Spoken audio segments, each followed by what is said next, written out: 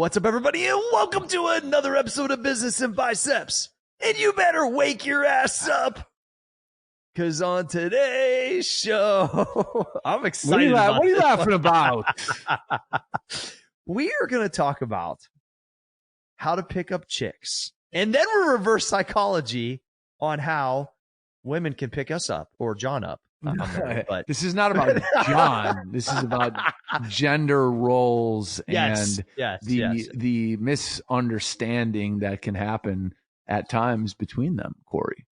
Listen, it's all sales, John. So I really believe this ties sales, psychology, and once again, removing emotion. No, it's I have no clue where this conversation is going, but I know there's going to be value. I don't either. But fucking, I'm gonna bring. Hey, I'm gonna promise the listeners something. I'll bring you guys some good shit. Promise. I fucking believe that. All right, it's brought to you by Square. You must go to square.com/go/biceps today. They have a payroll service, John. Square has processed over $1 billion in payroll for small businesses. I mean, people might not even know that's a thing through Square, but once again, they offer everything. They do everything. John. Square does everything. You have a business, you get Square. If you don't have Square involved in your business, you're fired. Literally, go to square.com. You're fired. /go/biceps. You're fired. Oh, how do you speak of that show, John? I'm just referencing a fucking tagline, bro. Don't get political on me. Just fucking with you. All right, so John, I brought up this idea because I thought it would be exciting to hear about your psychology and how you pick up chicks. And now this is on my fucking back. No, because I'm gonna. But the real of it is, though, I think it's being able to talk about both sides of this equation, because we don't have a female on the podcast, but we can talk about what interests us when females are coming after us, and on the flip side, the psychology. But all in all, it still does apply to business. Maybe not in a sexual manner, obviously, because you can get yourself in trouble. But at the end of the day, you're interacting. But sexual energy is always at play. Always at play in business. Now, that doesn't mean it's inappropriate. That doesn't mean anyone's over the line. But when a man and a woman are interacting in business, and one thinks the other one looks presentable, vice versa, there's sexual energy. That's just fucking reality. Yeah, and it's human behavior. Correct. Correct. So really, this is like behavior, and I'm sure there'll be some funny shit. Corey, just pull the fucking hat off the topic. The topic is how to hide your boner at work. John, how to hide your boner at work. That's what your notes say. That's what your notes say that you wrote out. Not what my notes say.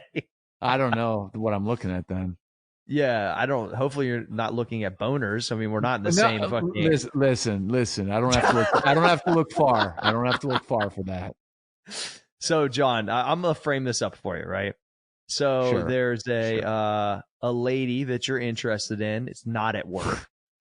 It's got to be me. Okay. We'll start with you, because you're single, and there's so many men listening to the podcast, and they know that John Fosco always, gets a lot of ladies interested in him. So, and you're amazing at sales. So, John, I think there's like a tutorial here that needs to happen. Tutorial.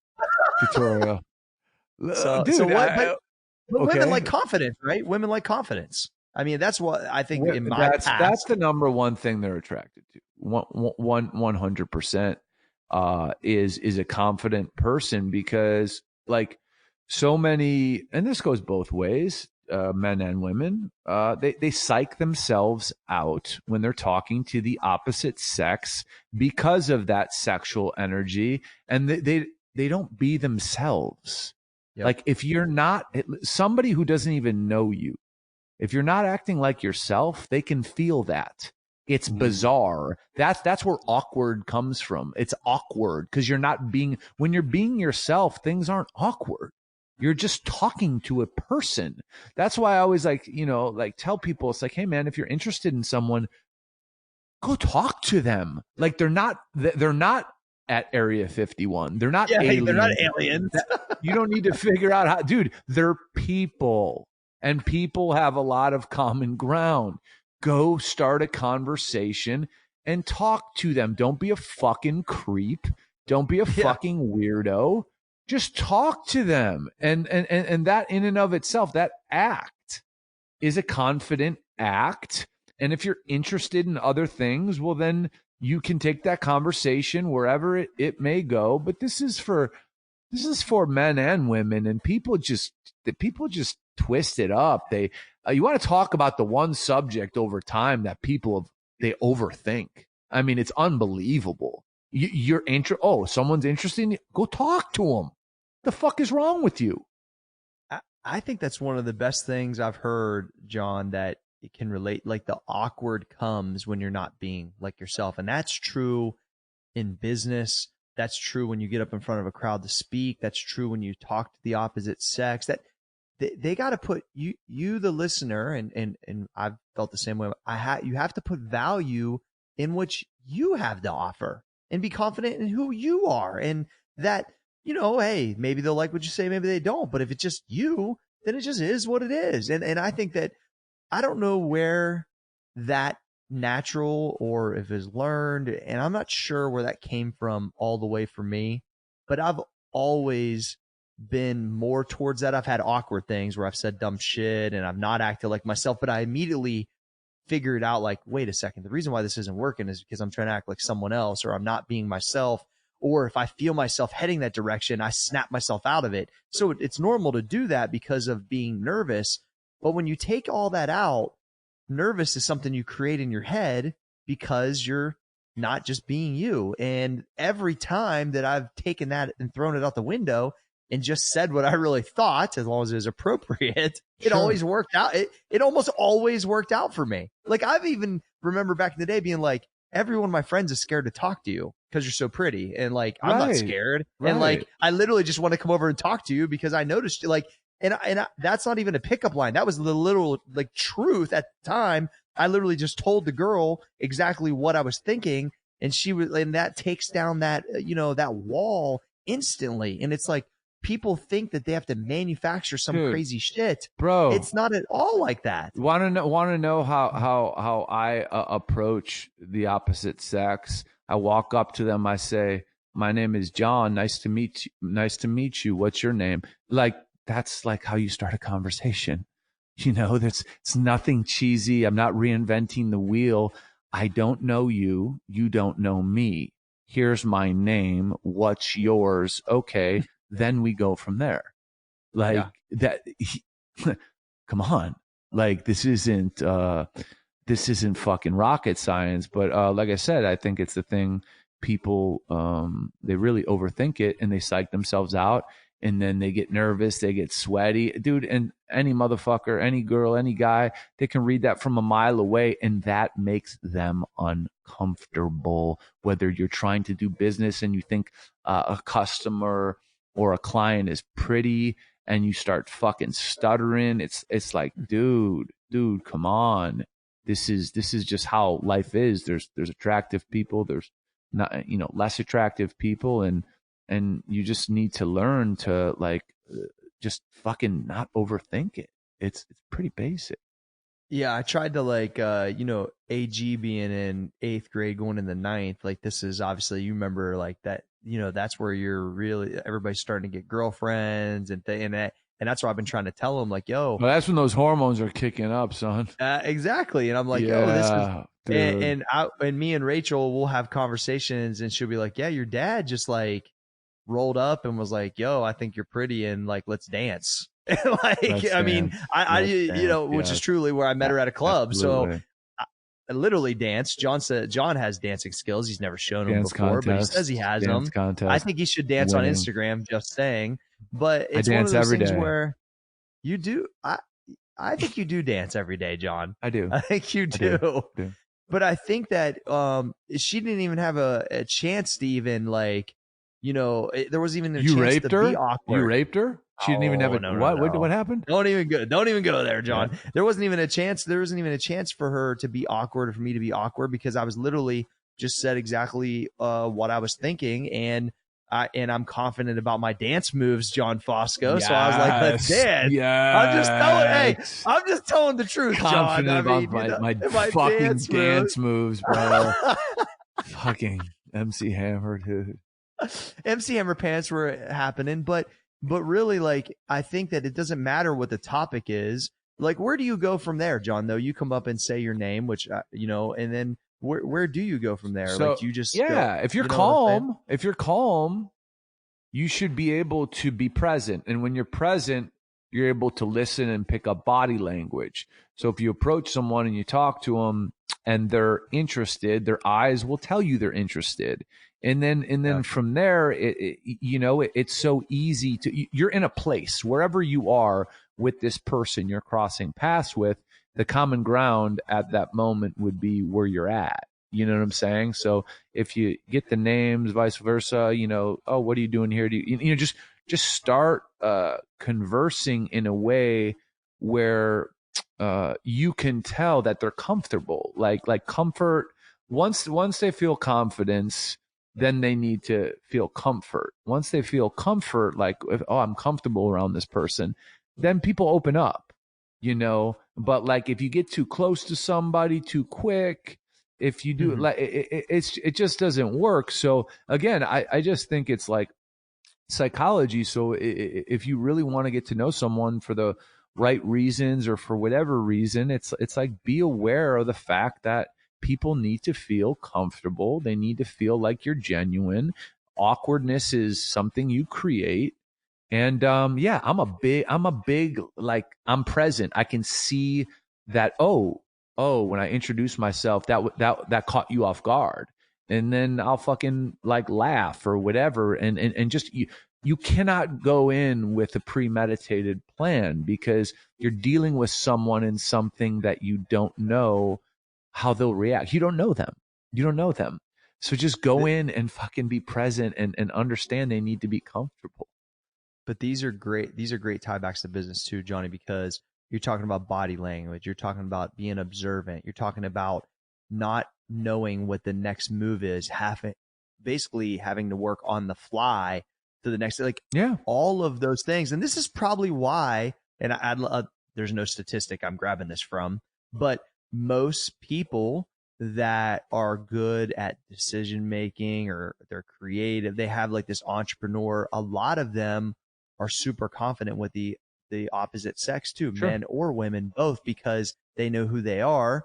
They're confident they can make those decisions to take the conversation whatever which way, and they can laugh at themselves. Right. You say some dumb shit or you feel that body language is different. Like, a lot of these principles happen just in a different manner throughout the operation and business and sales, customer service, all of these things. They really do. Yeah, man. We just do them. We just do them naturally, right? I think that the quickest way to make someone comfortable around you is to be self-deprecating. I think self-deprecating humor is the greatest thing to make somebody that doesn't know you comfortable around you, because like, that's a sign that you're like secure. So if you're able to make fun of yourself, people, it just works. And I think it's something, whether you're trying to get someone of the opposite sex or not, it's something we all should practice, because we all have our quirks. We're all fucked up. We're all weird in our own way. Like don't try to hide it. Like, embrace it, because it's funny. Give me an example of that, John, so people that don't understand what that is. Give me an example if you have one. Yeah, I mean, like, for like me, I it's just like, clearly, like, you feel really comfortable right now because I know I smile a lot, so you must feel all this positive energy coming from me. You know what I'm saying? Like, I don't really know how to smile. Like, I can, like, you told me that when we took a picture the other day. I was like, John, you're gonna smile. You said, I don't know. If it comes out, it comes out. But like, I really don't know how to smile. He's being serious, everybody. I'm I swear to you. Dead serious. So that, like, I have a presence with people. I always, lean on my mom for this, but like, over time, I've paid more attention to it. People just get fucking nervous. So what I need to do when I'm talking to people is I need to address that, but I need to take it off them and not be like, you're nervous. And I put it on myself. Like, I know I'm making you nervous because, I'm probably twice your fucking size, and I look like I want to fucking bite someone's face off, but I really don't. You know what I'm saying? I really want to smile. I just don't know how to. That lightens the mood, So good. I came up with because of the relentless nature of whether it was sales or whether it is raising capital or trying to get deals done, is hey, I'm blowing you up like an ex-girlfriend. Like that especially if it's a guy, they laugh at that every time. Now, hey, sorry, no disrespect to females, but everyone and guys and girls have probably had the same thing. You have a boyfriend that won't leave you the fuck alone, and they just fucking are relentless because they're so in love and you ain't into them. Like everybody can identify with that, right? So if I've fucking called somebody 7 fucking times to get my initiative done and they keep fucking dodging me, eventually, or if I talk to them, I'll apologize for my relentless behavior because I'm trying to get my fucking goals. I'll say, look, I'm apologize for blowing you up like an ex-boyfriend or girlfriend, but look, I just am trying to get X accomplished. But when I say that, almost every time they laugh. Right. Because that's exactly what I'm at. Right. Yeah. And I know that's how they're feeling. And so, but for some reason that takes down, because then it's like, okay, well, at least this person's aware of it. Right. And then I'm just trying to get my initiative done. Right. And honestly, most of the time I get it done after I say that because they're like, this motherfucker's crazy. Yeah. But that's how I felt. And I know that's what I'm doing. It shows you're aware too. It shows you're aware of the situation. So I think people, they just laugh. Like if you say what someone's thinking, they just laugh because it's and I don't think it's too hard if you're aware of your behavior, because we've all developed behavior throughout the course of our whole life. Like we all know our default behavior. So fucking make fun of it. Like make fun of it. So like the same as you take it off of someone thinking that you are mad or hard to approach, even though that's not your intention, you're taking that pressure down, and that's the same thing same thing I'm trying to do because I'm at you so much. And it works for me almost every time, and it sounds like it's worked for you 100%. A lot of the time too, Johnny. Yeah, 100%. Now, like if I don't care, if there's no objective, I don't spend the time to go there. But if I care about the situation, whether it be in business or my personal life, I absolutely go there because I know the vibe that I give off. I can't help it, but I know it. So I address it, and it really lightens the mood. Yeah, it's good. What is the other, I guess, psychology, John, that you think plays into? Well, I can tell guys how to get laid. Well, that's kind of what I was going to say. Yeah, I can tell guys how to get laid. For sure. Go ahead, John. That was good. Hey, we're gonna get serious ratings here. Go ahead. No. So if you're talking to somebody, and I've tested this, and I actually tested it 3 times in a row, and it worked. So here, John's 3 for 0 on how to get laid fast. Go. Yeah. So, but it's a huge gamble. It's a huge gamble, right? So you're talking to someone, and you say out the gate, you say to a girl, you say, "Listen, here's a deal. I'm interested in you. And I just want to get to know you. I think the over aggressive kind of sexual nature, of people our age, I think it prevents people from really getting to know each other. So I just want to put this out on the table. There's no pressure here, and I really just want to get to know you." Well, I did that 3 times in a row one time, and what happened is the first individual ended up, like, the first night I said that, saying, "You don't think I look good?" And I'm like, "Well, no. That is not the case." Like, she was like, "No. But why would you say that?" I said, "Because I'd like to get to know you. Like, isn't that what you want?" Because every girl says she wants a guy who doesn't just want sex. She wants a guy for a relationship. Well, she ended up getting so mad that fucking, she fucking made game time fucking, she fucking hit, fucking the buzzer on the first quarter, if you know what I mean. Yeah. And then the second one was like, "Oh yeah, that's cool. Yeah. Like, I like that. That's cool." Okay. Second time I saw her, it was like, "I'm not good enough. You think I'm gross?" And I'm like, "No, no, I really want to get to know you. And she was like, that's bullshit. And I'm like, well, okay. I'm like, okay, what do you want from me? She's like, well, do you think I'm hot? And I'm like, yeah. And she's like, okay, then. And then, the first quarter started. And then the third one, basically, same as the first. It was immediate. Like, it was like the first 10 minutes was like, yeah, that's a good idea. Yeah, that's a good idea. I like that. We'll get to know each other. And then it was like, well, do you normally date girls hotter than me?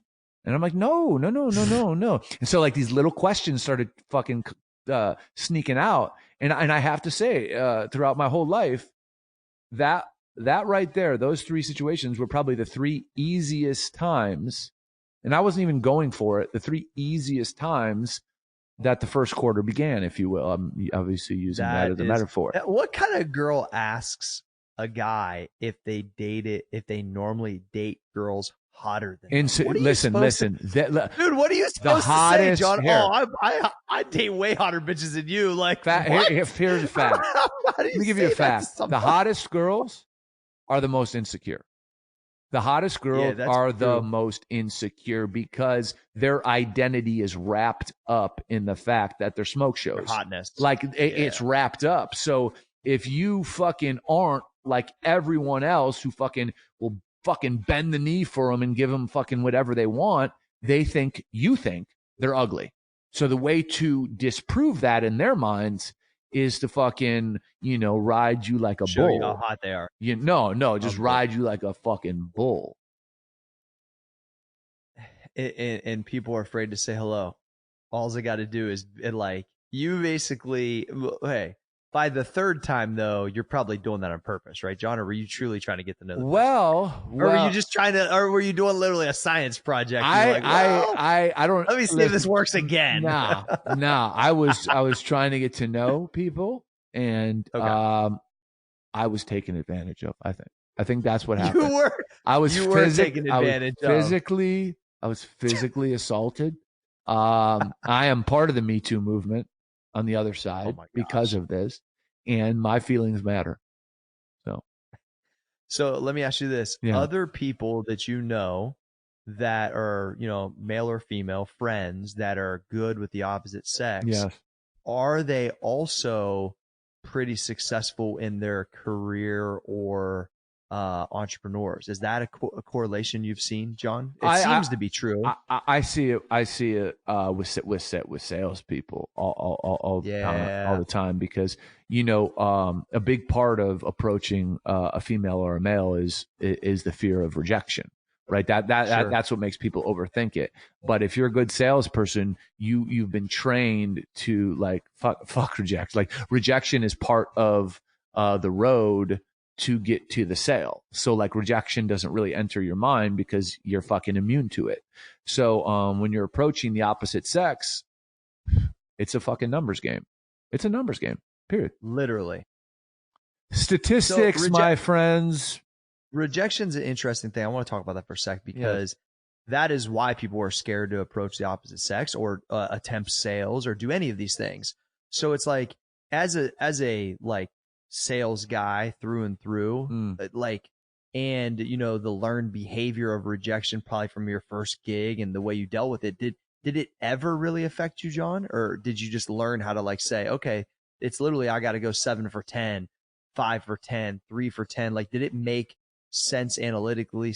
How did you kind of like mentally, I guess, get through that? Because that's probably a big thing for a lot of our listeners. It is rejection, and I think it's what you got inside you. So every human being is going to feel uncomfortable being rejected, but it's always keeping the end game in mind. So like when I started out and I got rejected, it didn't feel good, but I knew that if I wanted to make the money I wanted to make, if I wanted to get the position, like I had to go through this obstacle course that I believed eventually would take me there, because the people who were there explained this is exactly the process. So when I was feeling those feelings, I was like, all right, I always motivate myself with like, oh, are you going to be a bitch?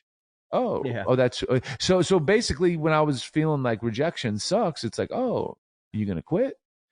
So it's like, we all challenge ourselves in our own ways. But yeah, dude, Sure. you feel that, but you have to know that's just, you got to keep getting rejected to hear that yes, dude. There's a fucking 500 no's before there's a yes. Yeah. If I think business about rejection, the only thing sales wise I can quantify that I had a lot of rejection was I was in a MLM company for a short period of time before I started MP. And yeah, when you're recruiting people in a pyramid scheme company per se, which I Yeah. don't think it was a pyramid scheme, but you know what I'm saying.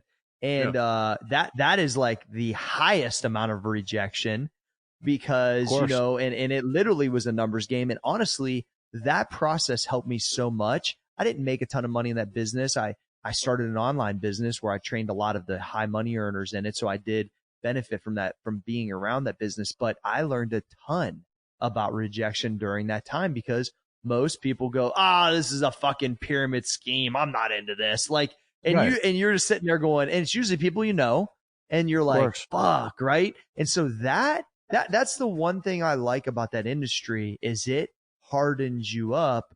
Hopefully you don't piss all your family off in the meantime, but it hardens you up for that kind of stuff. And it's literally cold calling or warm calling sales stuff that they probably don't want for a pay plan that's probably pretty difficult. And I really learned a ton through that business because of that. I was already hooked up with Rach so young. Like, I mean, we met when we were 20 years old. So it's like my, picking up chicks, like pretty much didn't obviously go past when I picked her up, or she actually picked me up, surprisingly. But it was like one of those things where I got a lot of that rejection in sales training through MLM because I worked with 3 different companies and they all were like that. And the fact that I Yeah. could make it through that when I was selling other things, it helped me a ton. So you have to go through rejection, whether it's with the opposite sex, whether it's in your sales, and it's truly a numbers game. Once again, if you bat 3 or 4 out of 10, you're a fucking Hall of Famer in Major League Baseball. Think about that for a second. If you go through 10, 20 smoke shows, but you end up with 3 of them, I think you're doing pretty fucking good, Fosco. Yeah, I would say so. I mean, fucking A, if we're talking smoke, but I think we have to be fair to the females that Yes, are to listening. turn it. Yes. And what I would like to say to them is quit being fucking stupid. And I'm going to explain to you why. Okay. Please. So here's the deal. I'm not saying you're all stupid, but when it comes to men, I've been around so many that just think and do the absolute wrong thing. So girls, when they like a guy, they get in this bind. And the bind is like, is he going to leave? Is he not going to be interested? Is he going to stop answering my texts if I don't give him sex? Because I think as a woman, sex is what he wants.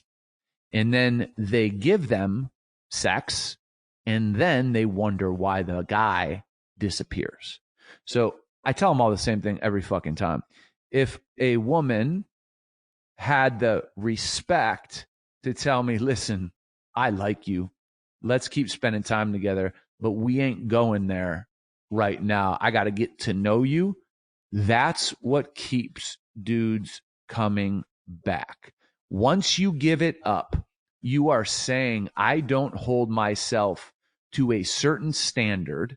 Okay. And you also make someone, and I always look at it like this question, right? Like, so if a girl wants to give it up immediately, I say, okay, do I really think I'm that special? No, of course not. I'm just another guy, right? So if you're going to give it up that quick, don't you think I know that that's how you behave with men? Do you think that's attractive for a man to potentially date you? It's not. It's not. It's not at all. So we may have something physical, but that's not someone I would like to invest my name in, right? By attaching it to her. So it's like, here's the ultimate insurance policy, ladies. If a guy will leave just because you won't give it up, is he worth dating anyways? Do you want him around? That's a question for yourself. But if a guy sticks around and you didn't give it up to him, is he worth? keeping around? I'd say the answer is probably yes. It's a really easy riddle to fucking solve. And stop fucking asking the same questions, because that right there is just how it goes. Yeah, it's interesting. I was thinking back, when I first met Rach, I met her at a party, and then we kind of met again later that night at the club. And I just thought, like, I just acted how I acted with any other female. Like, I just thought I was sweet at that time or whatever. And like, fucking, I tried to kiss her in the club, and she was like stonewalled me straight up. And I was like, Stonewall Jackson. yeah. And I was like, yo, like, and she was like, I got a boyfriend. She's like, look, I like you, but she's like, I'm committed right now. And I was like, oh shit. Like, she got some morals and shit, right? So I was like, all right, this is cool. Obviously I didn't. I'm trying to kiss her in the club in 5 seconds. Hey, but ain't nothing wrong with that. You just had, you just had a little testosterone running through that. My dance moves were working. I thought my dance moves must have not been that good, Johnny, because she didn't want to kiss me back. They probably weren't that good. But what was interesting is I was intrigued by that, because I was like, oh shit, all right, well, I like the respect, right? And then I like ran into her a couple other times. And then I got this random phone call like 2 days before I was leaving for spring break. Now, I hadn't seen Rachel only but one other time since that day. And I just figured she still had a boyfriend, whatever. She just called my house out of nowhere. I didn't even know how she got the number. Obviously, we didn't have cell phones at that time. I know I'm sounding old, but and she was like, yo, I remember, when I met you a month ago or whatever, I grabbed y'all's number from one of your neighbors I know, and I know we're going the same spot on spring break, and basically wanted to pick back up in the club where we left off. And I was like, oh shit, all right. But I like the confidence. I got the confident feel from her, but not to that level. Like, when you call someone's house or you just hit them up like, yo, I don't know. That's not her personality as I know her, but when she knows what she wants, she is, and she will speak up. And so that confidence, even though I didn't get that feel initially from her, because, she's kind of low key girl next door, doesn't talk a lot. Like, I was like, damn, all right.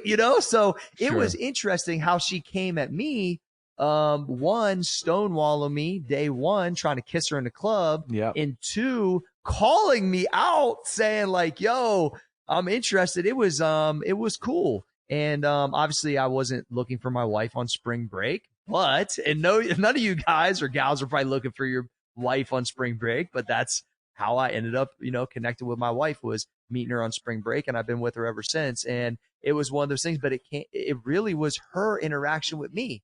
It was not my interaction with her. She pursued me, but in this interesting kind of fashion, and it all was based around confidence and respect, and it was cool. And so anyway, I don't know if I'd ever shared any of that before, so I thought that was cool. The game can be played both ways. It's not exactly. It got played both ways with me, for sure. What did we say at the beginning of the other show with Killer Mike? Said that guys should start being taken on more dates by girls, and the D ain't free. Yeah, the D ain't free. Maybe we should maybe we should be courted. I think chivalry should be multi-gender. There's a lot of gender fluidity here. I think a lot of gender fluidity. Hey, I would like my car door open for me when I step out. I would like you to defer to me when we're ordering dinner, so I can order first. Yeah. How about that? Very good, John. How about fucking chivalry up in this bitch? Chivalry 2.0. I think that there's so many takeaways for just confident interaction. I like carriage rides. Take me on a carriage ride. John wants a carriage ride. All you females down in South Carolina, take me on a carriage ride. John Bosco on a fucking carriage ride. And get me a lobster roll afterwards. So I have some fucking flowers. Yes. Too. Yeah. I want flowers from 1-800-Flowers. Buy this motherfucker some tulips. Buy me a tulip and show some chivalry. But on the real though, John, I think that you can listen, people need to get out of their own head. Yeah. Like, honestly, knowing Rachel's personality, as obviously I've been married to her for so long, and it's like, we've been married 16 years, the other 20. That is so out of her character but she, and just like anything, whether it's business, whether it's, you're going after the opposite sex, if you know what you want and you confidently say it, or address it and are yourself, people will respect it and react. Now, the part of rejection, sometimes they might not say what you want to hear, but you're at least giving yourself a fucking shot. Yeah, Quit sitting in the fucking stands. Yeah. Get in the arena. Like, there's a Get lot out of the things peanut about, gallery. Get out of the fucking peanut gallery and get in the arena, right? Like, be known as the person that at least goes after what they want. And I just got mad respect for that. And like I said, you're not always going to hear what you want back, but what if you do? That's what I always used to think to myself. Why not me? And what if this does? What if I throw that line out confident and they say yes? Or they How say, about this? How about this? How about this? How about the odds of creating a business that works and profits versus the odds of picking up 10 girls that you would call a 9.0 or above? The odds are way high, way fucking higher. You could pick up fucking 10 girls that are a 9 or above, then create a business from fucking scratch and make it profitable all day fucking long. All day long, the odds are higher. So if you're listening, no, straight up, and you've created a business, you can practice pulling 9.5s and then go do your own business. I love it. It's all belief. It's all belief. Yeah. It's all shutting out all those voices in your head and believing in what you see. And if you see the prey and you're the predator in an appropriate way, you got it. You got to eat, kid. But I kind of like that because that's kind of funny because you're thinking like, yo, you should be able to pull 9.5s all day long. All day. Percentage higher than to start, like you said, a brand new idea from scratch, make it profitable, live on it, create it, whatever it is. And but the practice, you could say, is by going and pulling the opposite sex. And then that confidence that you create over the rejection and the wins and the losses, put it into business. I kind of like that. Could be like a thing, John. Like you could create that in your sales system. Just believe you can do it. Talk to them like human beings, and don't let any of your friends say, "Oh, she's too hot for you," or "He's too good for you." No, fuck that. Letting people get in your dude. That's the same thing in business. People getting in your head about the situation. Right. This is a training course. And guess what? There's bonuses if things work out in the form of, you know.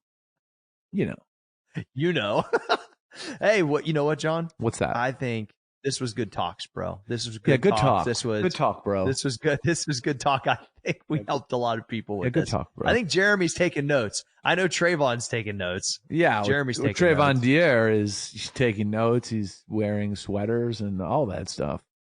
Absolutely. Hey, you know who also is going to benefit a lot from this is our sponsors, John, because Square is our main sponsor, and there's so many people that will listen to this that are taking notes they can build confidence once they create their business because they've pulled so many 9.5s. They should go to Square.com. Hey, if you pull a 10, call me. I'm like PSA. PSA grades trading cards and stuff.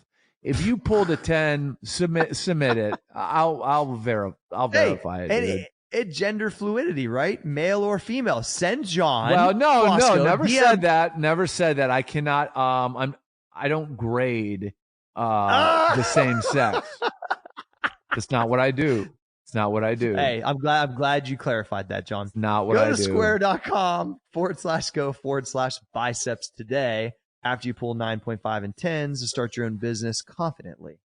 Right, John? Before we go, how many times in your life do you think you've witnessed a 10? Like a real 10? I don't know. I think that's a subjective scale. You know what I'm saying? So I think it that depends. But a 10 is it's a perfect score. So it's like, I don't know. You lived in Miami, John. You tell me. You lived in Miami. I never lived in any of these spots where it has like a ton of exotic women or anything. So I don't know. I think I've maybe seen 2 10s in my life. A lot of 9s, really? I think I've seen 2 10s. Yeah. Wow. I mean, they're like they're like white tigers. Sigmund and Freud.